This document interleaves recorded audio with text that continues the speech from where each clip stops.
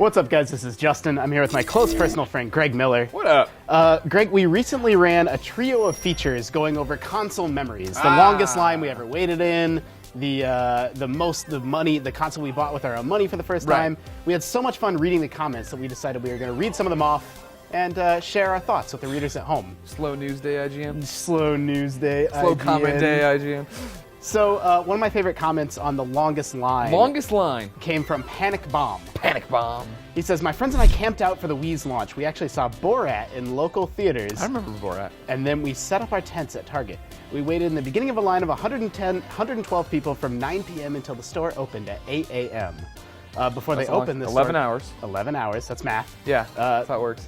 The manager came out and said there was only 70 consoles, so half the line had to go. That's rough. That's always the fear, right, when you're in line for a console launch, is that how many do they have? Because they don't tell you, and then now they're getting better about it. Clearly, that not there. But I mean, they give you tickets, you get in line, you get to redeem them. You don't. Some people don't even have to wait in line anymore, right? You wait in line for your ticket stub, then you get to go off and come back. Everybody's just buying their consoles on Amazon now. Anyway, that's what I did, right? So that's actually, I've told this story before, but this is exactly what happened to me, where I waited in line at Target to get my Wii, and they had 70 consoles, and I was the 70th person in line. I got the final Wii, and then there was a little boy and his mom in line behind me. Yeah. And the mom's trying to explain to this boy, like, sorry, I guess, you know, we gotta go home. We've been waiting here for a while, but we can't, and the kid's all really upset. Yeah. And like, I had a moment where I'm like, maybe I should turn around and give the kid my voucher, like make it's Christmas. Nope. You're like, the Twilight Princess has to be played tonight. I have to get home and see what this Wii Sports business is all about. And it has to get played. I'm not willing to buy the GameCube copy. I have to get it on the Nintendo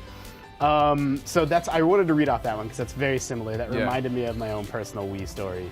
But this from The Legend of Ness, this is kind of a long comment. I'm not going to truncate it. You have to hear this entire thing. Pack a lunch.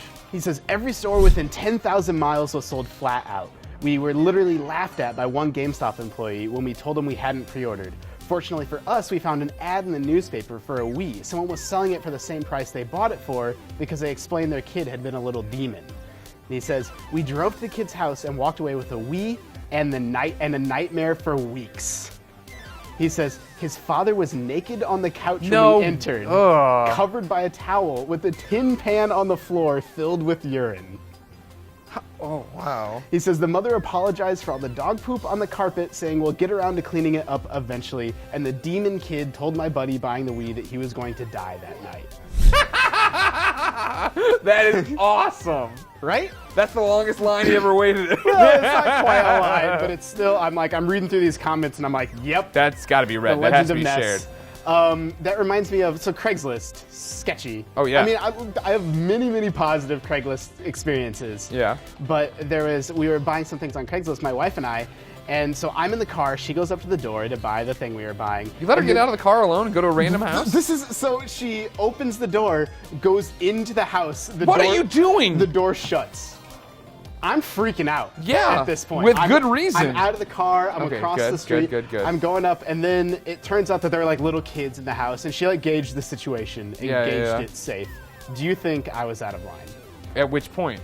Like when I'm like I would not let Christine approach without me to a strange house, period. So, Legend of Ness, let that be a lesson to you when you go into strangers' houses. You might see an old man covered in nothing but a towel. That's a lesson for everybody. This is just a taste of some of the comments we have coming. We're doing this all week long, Greg. So everybody check back tomorrow. We're going to be sharing more of readers' best sort of console memories.